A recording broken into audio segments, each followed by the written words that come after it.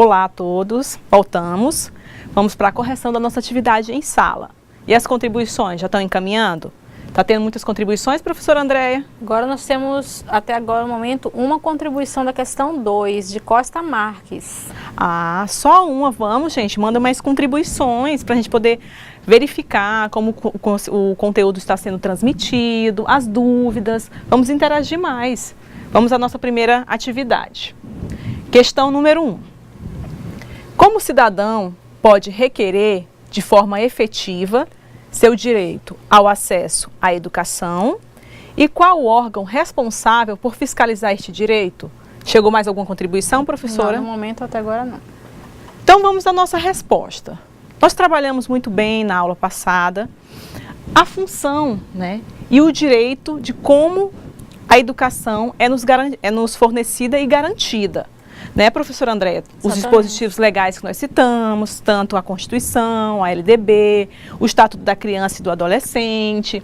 E essa questão, ela também cita um pouco das funções sociais da escola, que foi o segundo tópico abordado. Vamos à nossa resposta. Os dispositivos legais citados na aula, Constituição, LDB e o ECA, são os responsáveis por efetivar esse direito, pois através deles podemos requerer a garantia de acesso à educação.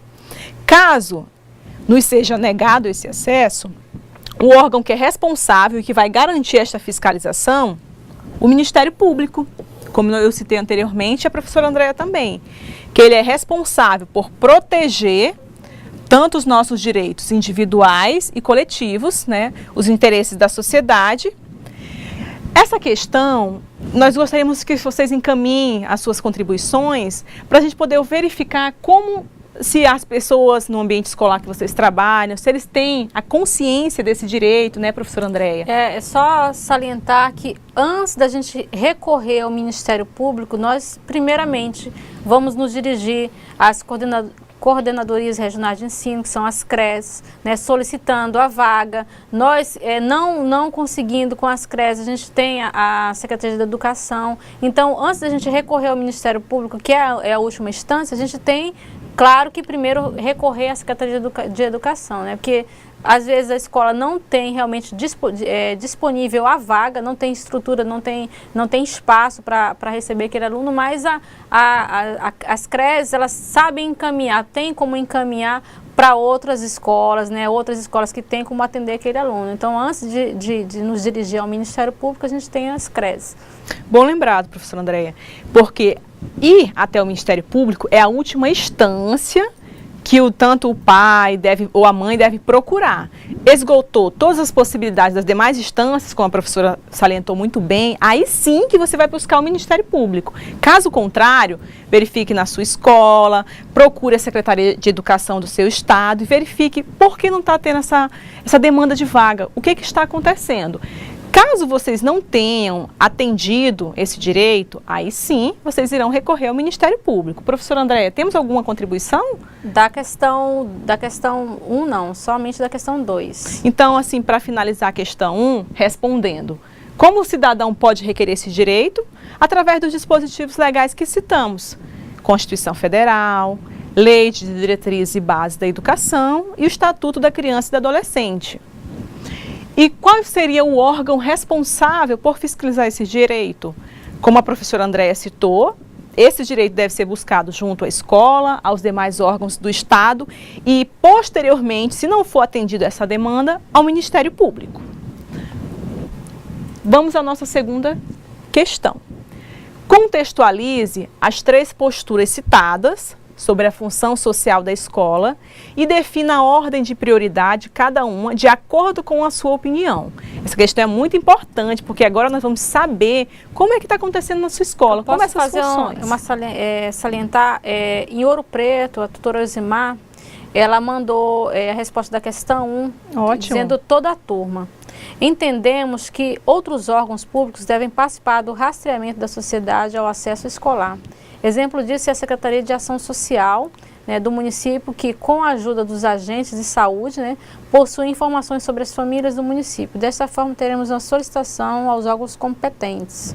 Muito bem lembrado também, outro dispositivo legal e outro órgão que nós podemos requerer a efetivação deste direito. Muito obrigada pela contribuição. Foi de suma importância, né, para ampliar o nosso conhecimento, não só através da Constituição, não só do Ministério Público, da LDB, de que esse direito, que não existe órgãos definidos, somente aqueles órgãos devem fazer essa fiscalização. A sociedade como um todo deve estar pronta para isso. Exatamente. E da nossa questão número 2, professora Andréia? Temos a contribuição do aluno Helenildson, do Polo de Costa Marques.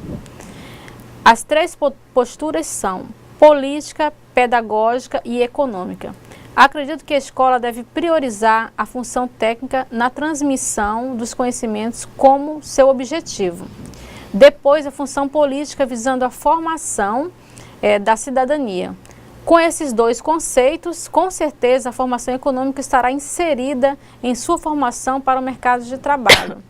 Muito bom, cursista de Costa Marques, Costa né, professora? Marques. Muito obrigada. Helenildson, muito obrigada pela sua contribuição. Realmente, a junção das 3 funções que nós citamos na aula passada leva uma a outra, ou seja, não tem como elas caminharem separadamente. Ele lembrou muito bem que a função política e a função técnica, ou seja, a preparação para o mercado de trabalho, é necessário que tenha antes uma formação política, que o aluno saiba se inserir na sociedade e que ele venha ter esse conhecimento, para que venha ter o famoso emprego dos sonhos, exatamente, né, professora? Nova Brasilândia mandou a contribuição da questão número 1. Ótimo. Cursistas Andréia, minha xará, Gisele acho que é Lima. O órgão a ser acionado para garantir o direito à educação básica é o Ministério Público, pois o cidadão precisa conhecer seus direitos para então requerer o acesso à educação de qualidade através de luta e participação efetiva. André, muito obrigada pela sua contribuição, muito bem colocado, realmente, porque um dos grandes problemas que nós temos na nossa sociedade brasileira é a falta de conhecimento, a falta de conhecer os direitos que vocês têm garantidos, e isso é um entrave.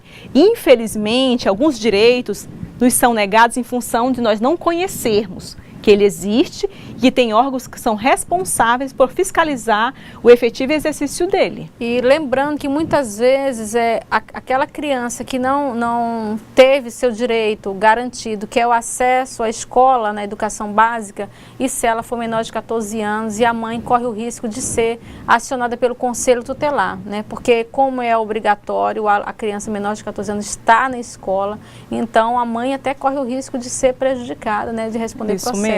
Por, se um vizinho denunciasse, né, até um próprio familiar, né? Então a gente tem que sempre estar direito, não só requerer os direitos, mas estar atento que esses direitos não forem atendidos, quem pode ser prejudicado são os próprios pais. Isso é verdade, professora.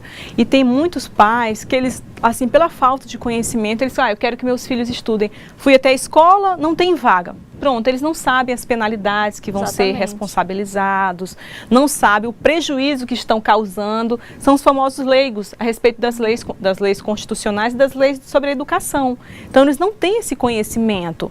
E o Ministério Público deve repassar esse conhecimento e fiscalizar. E muito bem lembrada a contribuição do acursista, né, da questão anterior, da Secretaria Municipal de Saúde, né, dos municípios, que os agentes de saúde, eles têm um contato direto com a população. Eles conseguem visualizar mais os problemas que estão acontecendo. Nossa, seu filho não está na escola? Não fui até a escola, não tem vagas. E a senhora não procurou em outro canto? Não tinha, é o mais perto. Também eu não sei, eu não tenho conhecimento, não sei onde procurar. E eles têm assistentes sociais que vão até a residência, sabe onde o aluno, o melhor acesso, qual a escola oferece o melhor acesso para ele. Então, são parcerias que as secretarias têm que fazer para poder atender melhor o cidadão. E o cidadão tem que requerer sempre esse atendimento de qualidade, né? Não só para o seu filho, mas para o próprio pai, ele tem que ser atendido de forma satisfatória. Isso é verdade. E como nós citamos, né, anteriormente, essa fiscalização não cabe apenas aos órgãos públicos. Nos cabe, se a gente conhece, está sabendo de uma criança que está fora da escola, vamos orientar os pais, olha, infelizmente não pode, isso é ilegal, o senhor pode ser até punido por isso, por não ter esse conhecimento, então cabe a nós, como cidadãos, fazer essa fiscalização também e ajudar o próximo com as informações. Mais alguma contribuição, professora? Apenas da questão 3. Então vamos até a questão número 3. Cite a finalidade das modalidades de ensino abaixo. Educação básica. Aluna Ana Maria de Costa Marques, encaminhada pela tutora Lucineide de Oliveira. Quanto à educação superior, a LDB estabelece no artigo 45 que ela será ministrada em instituições de ensino superior, públicas ou privadas, com variados graus de abrangência ou especialização, concursos e programas citados no artigo 44, cursos sequenciais de graduação e de pós-graduação. Ela colocou apenas a questão B. Né? Sobre a educação superior, né? Sobre a educação superior. Mas obrigada. Não sei se foi completa, mas pode fazer, mas a questão, ela já contribui com a educação superior. Isso, que é uma das nossas modalidades. Mais alguma contribuição? A questão 3 ainda não. Então vamos iniciar, né? Ao passo que for surgindo nossas contribuições, pode nos informar. A educação básica, como citamos, é dividida em educação infantil, né, ensino fundamental e o ensino médio. Essa questão, ela se remete muito à legislação realmente educacional, é saber quais são os níveis, quais são as modalidades, quem terá o acesso, qual a idade apropriada, né, que teve alterações. Então é mais para a gente, como eu posso dizer, nos informar e contextualizar as informações que nós já temos. Resposta. Qual seria a finalidade da educação infantil? O desenvolvimento integral da criança até 6 anos de idade, em seus aspectos físico, psicológico, intelectual e social, complementando a ação da família e da comunidade. Isso é a transcrição mesmo do nosso artigo 29 da LDB. Se vocês observarem, não só no artigo 29, mas os próximos parágrafos, eles enfatizam outras finalidades também do ensino, da educação infantil, desculpe, né? Então, assim, são inúmeras, como eu posso dizer, inúmeras finalidades. Só que se nós levarmos para a realidade, nem todas estão sendo atendidas, infelizmente.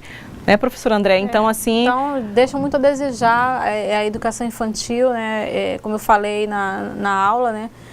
Prejudica até a situação econômica, né, da cidade, porque se a mãe não ingressa no mercado de trabalho, porque tem que cuidar dos filhos, porque não tem onde deixar numa creche, numa pré-escola, realmente prejudica até a situação econômica, então, tanto da família quanto da cidade. Então, eu acho que faltam políticas públicas, né, direcionadas a atender esse público que vem crescendo, né, e precisa realmente de um cuidado especial, que é a educação infantil.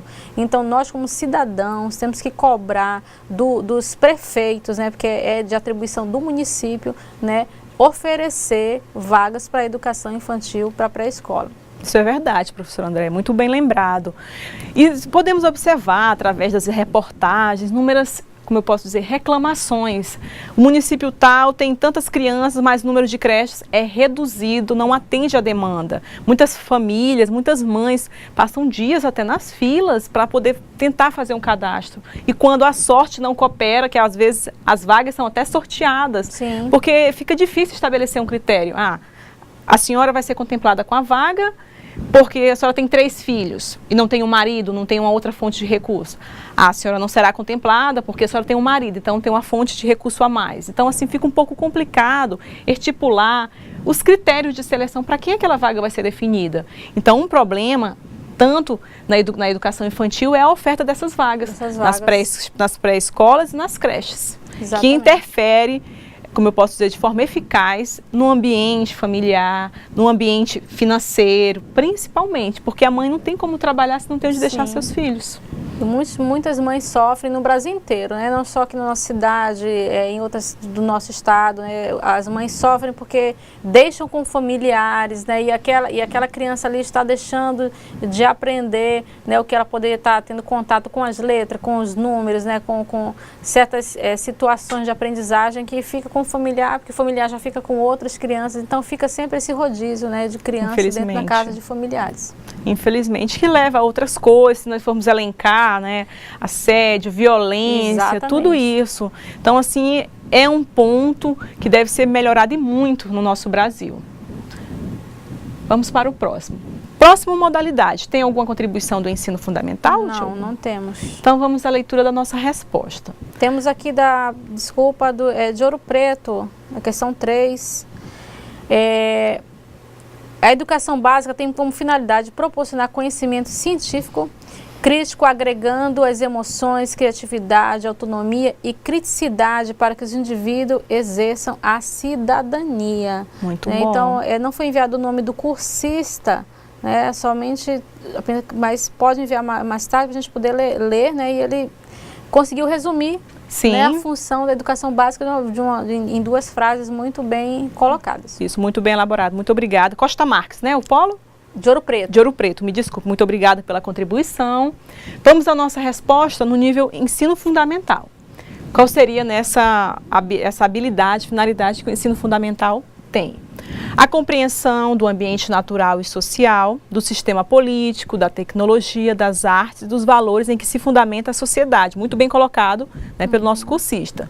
Foi toda a turma, viu? Foi, muito obrigada. A professora Elzimar, a doutora Elzimar, ela já fez a colocação que toda a turma contribuiu. Muito obrigada, turma. Continuando, né? E o desenvolvimento da capacidade de aprendizagem, tendo em vista a aquisição de conhecimentos e habilidades e a formação de atitudes e valores, ou surgindo novamente nossas funções sociais da escola. Isso está discriminado no artigo 32 da LDB. Existem outras finalidades, mas as citadas se contextualizam com o conteúdo que nós trabalhamos hoje em sala de aula. Mais alguma contribuição, professora? Ainda não. Nível? Então vamos passar agora para o outro nível, né, final da nossa educação básica, o ensino médio, que de forma sucinta tem como finalidade a preparação, né, para o mercado de trabalho e a cidadania do educando, para continuar aprendendo de modo a ser capaz de se adaptar com flexibilidade às novas condições de ocupação ou aperfeiçoamento posteriores. E a preparação básica, elencando novamente a função social da escola, né, para o trabalho e a cidadania do educando, para continuar aprendendo de modo a ser capaz de se adaptar com flexibilidade a novas condições de ocupação ou aperfeiçoamento posteriores. Há outras finalidades também citadas e elencadas no nosso LDB, mas essas se caracterizam com o conteúdo ministrado na aula de hoje. Temos mais alguma contribuição, professora? Não, das questões até a 3, eu espero da questão das interativas que venham mais, né, que a gente, não que a gente valorize mais as interativas, mas a gente consegue medir, né, como que foi entendido pelos cursistas, né, eles colocam com as suas próprias palavras, né, não são respostas objetivas, então a gente consegue fazer consegue medir, né? Conseguimos compreender. É um termômetro, isso, né? Conseguimos compreender a realidade de cada um, de cada polo, dos funcionários, do seu ambiente que trabalham, né? Podemos contextualizar, essas informações são muito importantes para a gente, apesar de não estar convivendo naquele ambiente, nós vamos poder compreender os seus problemas, as suas dificuldades. Então, a gente consegue aprender com cada situação. Né? Com cada situação. Então, continue enviando, tem uma participação mais efetiva, né, professora? Para a gente poder ter como a professora citou, ter esse termômetro das informações, para a gente se sentir um pouco aí no ambiente que vocês estão, né? Não ter essa distância. Fazer parte um pouco. Isso, fazer parte. Então, nos aceite, então, nos coloque no ambiente em que vocês estão trabalhando, no ambiente profissional, né? No ambiente escolar, que acontece inúmeras atividades, inúmeras, como eu posso dizer, atribuições, fatos, situações, que com certeza, cada dia algo diferente, aparece algo diferente, então assim, podem compartilhar com a gente. Se é um lugar que não é monótono, é escola. É escola, isso é verdade. Vamos então, a educação superior, que o cursista também já deu uma contribuição, né? Citou o artigo 43 aqui da LDB, que também tem inúmeras finalidades. E vamos elencar apenas 2, que é extensa, se formos ler diretamente a lei, que como eu posso dizer, nós podemos caracterizar como as principais até para o ambiente da sociedade, que seria estimular a criação cultural e o desenvolvimento do espírito científico e do pensamento reflexivo, ou seja, essa finalidade da educação superior, ela se encontra também na educação básica, só que na educação superior o aluno já vai estar pronto, né? com esse pensamento pronto. E a segunda, formar diplomados nas diferentes áreas de conhecimento, aptos para inserção em setores profissionais e para participação no desenvolvimento da sociedade brasileira. E colaborar na sua formação contínua.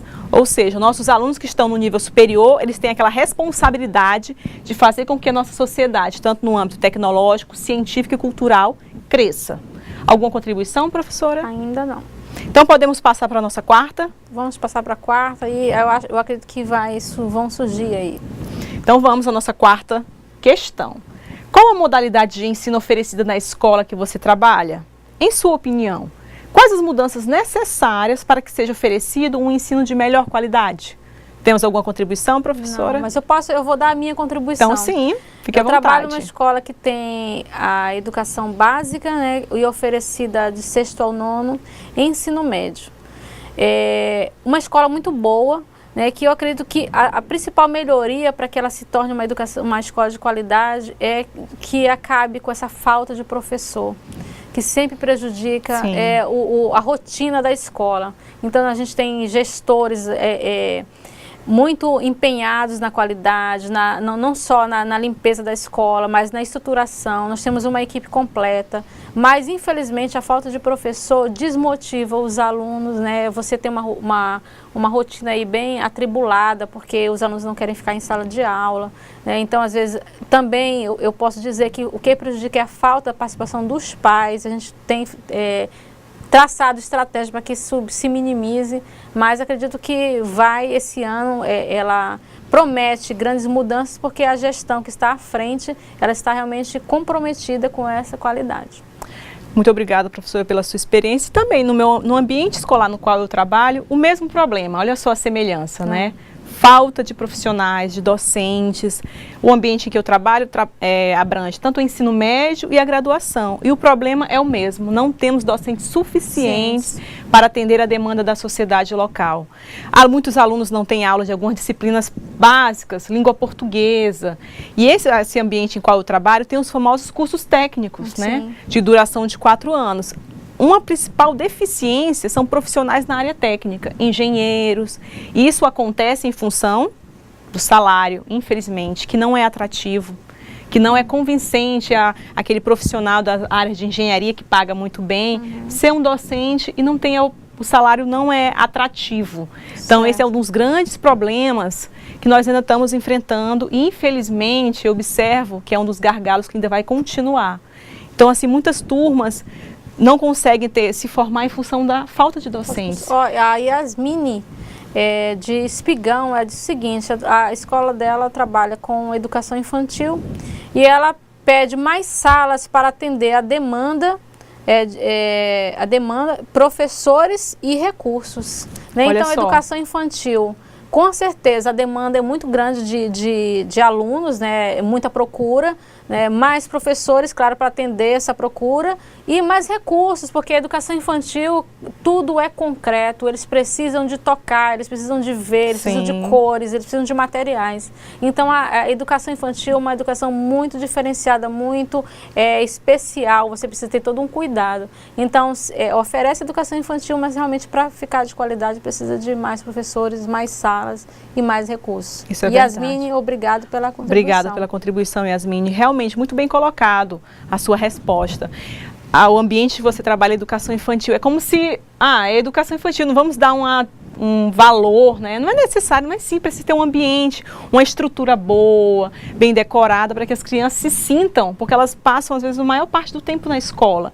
Os pais estão longe, não tem essa interatividade com a família, infelizmente. Então, tem que ser um ambiente acolhedor. E detalhe, quem trabalha com creche, né, crianças muito pequenas, berçário, né, crianças de até 3 anos, elas precisam de mais de um professor por sala de aula, né? É uma especificidade que precisa ser bem olhada com cuidado, né? As escolas estão abrindo as creches, as poucas que abrem não têm, né, essa estrutura para oferecer. E muitos acidentes acontecem, né? Muitos professores se desmotivam, acabam pedindo demissão por conta dessa falta de estrutura. Isso é verdade, professora. As notícias, né, o noticiário, os jornais estão aí para comprovar isso. Pais saem para deixar seus filhos na creche, quando vão buscá-los, se machucou, caiu, mas eu não tenho como estar verificando a todas as crianças, porque não tem docente suficiente para cuidar.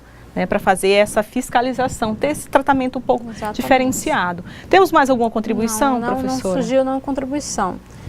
Não surgiu nenhuma contribuição no momento. No momento. Então, assim, gente, eu espero, né, eu, juntamente com o professor André, que vocês possam ter compreendido a nossa primeira aula da disciplina Gestão Democrática nos Sistemas e nas Escolas, e que as próximas aulas vocês encaminhem mais contribuições. E muito obrigada pelas contribuições que foram enviadas hoje. Foi... E assim, a gente pôde sentir um pouco a realidade de vocês, né?